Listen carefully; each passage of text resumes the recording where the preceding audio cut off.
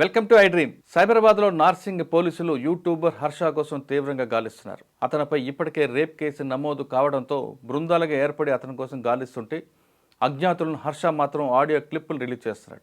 ఇప్పటికే ఆమెతో తనకున్న సంభాషణ ఒక ఆడియో క్లిప్ రిలీజ్ చేసిన హర్ష ఈరోజు రెండో క్లిప్ని రిలీజ్ చేశారు. ఆ క్లిప్లో చాలా స్పష్టంగా ఇద్దరి మధ్యన వ్యాపార సంబంధాలపై ఉన్నట్లుగా తెలుస్తుంది. ఒక్కసారి ఆడియోలో ఏముందో విందాం. 5 years back we had liquor license business. Okay. Liquor business లో లైసెన్స్ వేరే వాళ్ళకి ఉంటుంది, షాప్ మనకు ఉంటుంది. ఓకే, ఏదైతే ఫర్ ఎగ్జాంపుల్ నెలకి నేను 10,000 సంపాదించుకున్నానంటే వాళ్ళకు ఉన్న షేర్ వాళ్ళకి వెళ్ళిపోవాలి. ఓకే, ఇప్పుడు ఇదే లైసెన్స్ నేను వెళ్ళి కొనాలి అనుకుంటే నాకు రాదు, వయసు లేదు. రెండోది ఏంటంటే దానికి టెండర్ ఫిల్ చేసుకోవాలి. మూడోది ఏంటంటే ఆ టెండర్ కూడా చాలా బొమ్మిన తిమ్మిన ఉంటాయి. అది ఆ గేమ్ అంతా ఎవరు స్ట్రైట్ గా ఆడరు. So it was almost like we were under somebody and వాళ్ళ కోసం మనం పని చేసాం. ఓకే, వాళ్ళకి షేర్ బిజినెస్ లో ఉండి ఓకే, మళ్ళీ ప్యూర్ అదొక వేరే లెక్క టైప్ బిజినెస్ అన్నమాట. ఓకే, సో చేసిన తర్వాత the owner suddenly expired. Okay, so ఏమైందంటే బిజినెస్ టోటలీ మనకి ట్రాన్స్ఫర్ అయిపోయింది. బేసిక్లీ ఇన్ దట్ బిజినెస్ మనకి ట్రాన్స్ఫర్ అయింది. ఆ ట్రాన్స్ఫర్ అయిపోయిన తర్వాత ఏమైంది, అడుగుడుకు వచ్చేసి he was literally tracing me, where is this girl who is running this. Okay, because exactly తండ్రి తర్వాత కొడుకుకి పోవాలి కదా. ఆ కొడుకుకి పోవాలి అనుకుంటే అది నేను ఇవ్వాలి తలుచుకోలే యాక్చువల్లీ. అప్పుడు డబ్బు కకృతి పడి I so much of money is coming, liquor వెనకాల ఉండే డబ్బులు అసలు పిచ్చిగా ఉంటదని చెప్పేసి అసలు ఐ వాంట్ దిస్ బిజినెస్ అని చెప్పేసుకొని అసలు I D not give him, because అదంతా కాంటాక్ట్స్ నాకు వచ్చేసింది కదా. నీ బిహాఫ్ లో నేను పని చేసుకుంటున్నాను అనుకుంటే okay, whatever you are entitled for అది నాకు వచ్చేస్తుంది. వెదర్ ఇట్ ఇస్ నాలెడ్జ్, డబ్బులు, పని, కాంటాక్ట్స్, అదంతా నాకు వచ్చేస్తుంది. సో అప్పుడు కొన్న డబ్బు మీద కకృతి పడి I'd not give that business to him.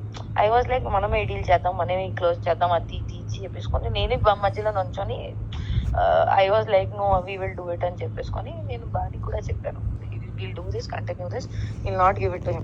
I was not ready to give that space also to him. He was wanting that, but mutual గా concept మాట్లాడేసుకుని he wanted to take over. Because ఇప్పుడు మాకుండే వయసుకి మనకంత కనిపించింది అనుకో, అసలు ఏమీ లేనట్టు ఉంది కదా. ఆకలితో జేబులే ఖాళీ ఉన్నప్పుడు వేరే వాళ్ళతో పని చేసేటప్పటికి నాకు నెలకి 3 లక్షలు వచ్చేటప్పటికి ఆలోచించేదాన్ని, ఎందుకురా మనకంతా 3 లక్షల ప్లేస్ లో మనకు 10 లక్షలు వస్తుంది అనుకుంటే నేను ఎందుకు నీకు ఇస్తాను నాకుండే స్టాక్ కి. సో అప్పుడు అదే లాగ్ అయి మనకు ట్రేస్ చేయలేక మనం వేరే వాళ్ళు ఇక్కడ కూర్చోబెట్టేసి used to run the business from behind. I used to like somewhere else some from other point of view used to get the stocks and everything. Okay, go down ఉంటుంది, wholesale ఉంటుంది అక్కడ. So I used to deal it because the license was with that person and business was transferred to us. Okay, అవి that man to literally wanted to kill me. Literally. నిజమే అది నిజంగా నా మెడ you never ఇప్పుడు గమనించలేదు, but I'm just saying that నా neck లో ఒక లైన్ కట్ట మార్క్ ఉంటది. Literally it was like on the Madhapur junction. నేను జస్ట్ ఒక కార్ దిగి జస్ట్ నడుచుకుని ఇక్కడ నుంచున్నా, నడుచుకుని 2 అడుగు వేసుకుంటాను, బాగా అక్కడ నన్ను వదిలేసి వెళ్ళిపోయారు. Two boys on bike. Literally ఒక్కటి వచ్చేసి నా చైన్ దగ్గర లాగేసుకుని అసలు ఆల్మోస్ట్ కత్తితో నా చైన్ వల్ల నేను బతికిపోయాను అనుకో, just slight mark on it. అప్పుడు మాకు ఒక పెద్ద బాస్ ఉండేవాడు. హీ సెడ్ మిత్ర స్టాప్ ఇట్, అమ్మ వదిలేసి అమ్మ. మాకు పరిచయం అన్నాడు పెద్ద ఆయన, మళ్ళీ ఇది వేరే దాంట్లో ఉంటది అని చెప్పేసుకొని చెప్పాడు. ఈజ్ లైక్ అమ్మ వదిలే అమ్మ, మనకి ఇదంతా అవసరం లేదు, ఎందుకంటే ఇప్పుడు నీకుండే వయసుకి నువ్వు అంత గొడవ కూడా పెట్టలేవు అంటే ప్రతిసారి నాకు ఆ వయసు విషయం ముందుకు వచ్చేస్తుంది. నీకు అర్థమవుతుందా?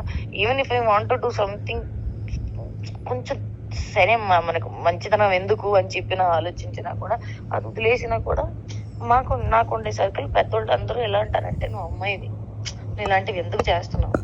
ఇప్పుడు ఎవరికి తెలియదు కదా నాకు డబ్బు కావాలి, అవును.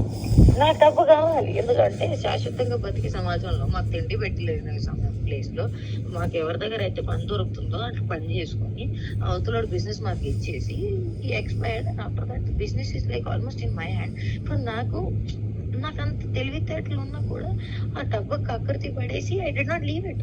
నేను వదలేదు.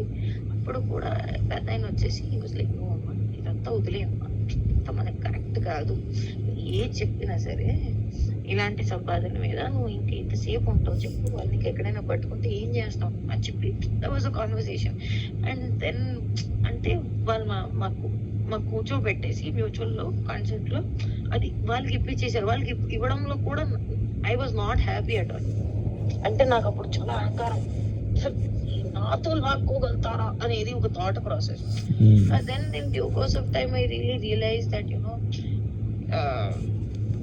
I earned so much. Okay, I earned XYZ value. I earned it.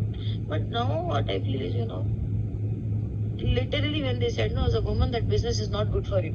Okay, future లో అయితే చేద్దాం అనుకుంటే ఈ బిజినెస్ లో కాదు, వేరే దాంట్లో చేసుకో. ఎందుకంటే రేపు ఎవరికైనా తెలిసిందనుకో ఆ మిత్ర శర్మకి ఎట్టి వైన్స్ ఉన్నాయా అని చెప్పి మాట్లాడితే ఎలా ఉంటది, ఇంత గలీజ్ ఉంటాయి. అప్పుడు నాకు డబ్బే కావాలి. నాకు అంత బుద్ధుండేది కూడా కాదు దట్ అవునా ఈ వైన్ కాదు అని చెప్పి. ఓకే, నాకు పని దొరికింది కాదు, నేను పని చేశాను, నాకు డబ్బులు. ఓకే, బికాజ్ అప్పటికే I was like, I worked under so many very VVIP candidates, even for foreigners I have worked. Okay, and where I've seen they're so freaking rich. Okay, వాళ్ళకి ఒకటే కావాలి, they need loyalty. That is the reason I all the time keep telling loyalty. It's all because I've learned that from the most VVIP candidates, that if you are just loyal to them, okay, just loyal to them, you can be the part of the success and the money they have earned. Just be a part of their loyalty and they'll give you everything. అబ్బో మస్తుగా ఇవ్వలేని వాళ్ళు కూడా ఉంటారు కదా. నేనేమంటాను, ఇవ్వలేని వాళ్ళతో మనం ఎందుకు ట్రావెల్ అవుతాం, మ్యాటర్ అది. ఇప్పుడు నేను ఒకటి చెప్తా, ఓకే, ఎలా చెప్పాలి దీన్ని, ఇప్పుడు what you are seeing today is not today's work. So many years నుంచొని మనం అక్కడ పని చేసాము, అక్కడ నుంచాము. యూ టెల్ మీ, ఏం పని అయితే నేను చేయలేదు. నుంచొని యాక్టింగ్ నుంచి వాడి దగ్గరికి వెళ్ళేసి వీళ్ళ దగ్గరికి వెళ్ళేసి అది చేసుకొని ఇది చేసుకొని అక్కడ పంపించి ఇక్కడ పంపించి అలా చేసి ఇక్కడ నుంచి డబ్బు తీసుకొని అక్కడికి పోయి అసలు సగం జీవితం నాకు అనిపించింది till now I think manipulation only. That is the reason I got bored with manipulation. My reality is that ఇప్పుడు ఒక చిన్న పిల్లడికి చాక్లెట్ తిను అంటే ఒకరోజు వాడికి చాక్లెట్ నుంచి విరక్తి వచ్చేస్తుంది. My whole conversation is 9 to 5 job చేసిన వాళ్ళు ఎంత ప్రశాంతంగా బతుకుతారు. ఎందుకంటే they know what work they are doing. They have to do the same job. Okay, there is no creativity, there is no difference in the working pattern, there will be no change in whatever they are doing. Okay, మహా అయితే నువ్వు loyal గా ఆ కంపెనీకి పని చేసావు అనుకో, సంవత్సరానికి 2 సంవత్సరానికి నీకు వచ్చేసి ఒక హైక్ ఉంటుంది. But they have no brain pressurizing work.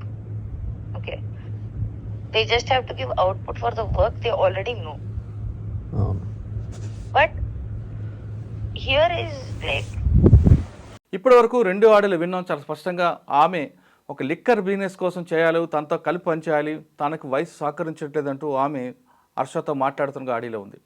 ఏదేమైనా సరే బిజినెస్ విషయం పక్కన పెడితే అసలు హర్ష దొరకడా అనేది ప్రశ్న కనిపిస్తుంది. ఆడియోలు లీక్ చేసే బదులు ఖచ్చితంగా అతనే పోలీసుల ముందుకు వచ్చి తన నిజ స్వరూపాన్ని కానీ తన నిజాన్ని బయట పెట్టాలంటూ హర్షకి వ్యతిరేకులు డిమాండ్ చేస్తున్నారు. మరోవైపు ఈ ఆడియోలు ముందే లీక్ చేశారంటే ఇది ఖచ్చితంగా ప్రీ ప్లాన్డ్గా జరుగుతున్న సంభాషణ అంటూ అతనికి వ్యతిరేకులు అంటున్నారు. కానీ దానికి హర్ష కౌంటర్గా ఏం చెప్తున్నారంటే తను వాళ్ళ సంగతి ముందే తెలుసు కాబట్టి నేను ప్రీ ప్లాన్డ్గానే ఆడియో రిలీజ్ చేశాను, రికార్డ్ చేశానంటూ అతను సమర్థించుకుంటున్నారు. ఏదేమైనా సరే ఏది నిజం ఏది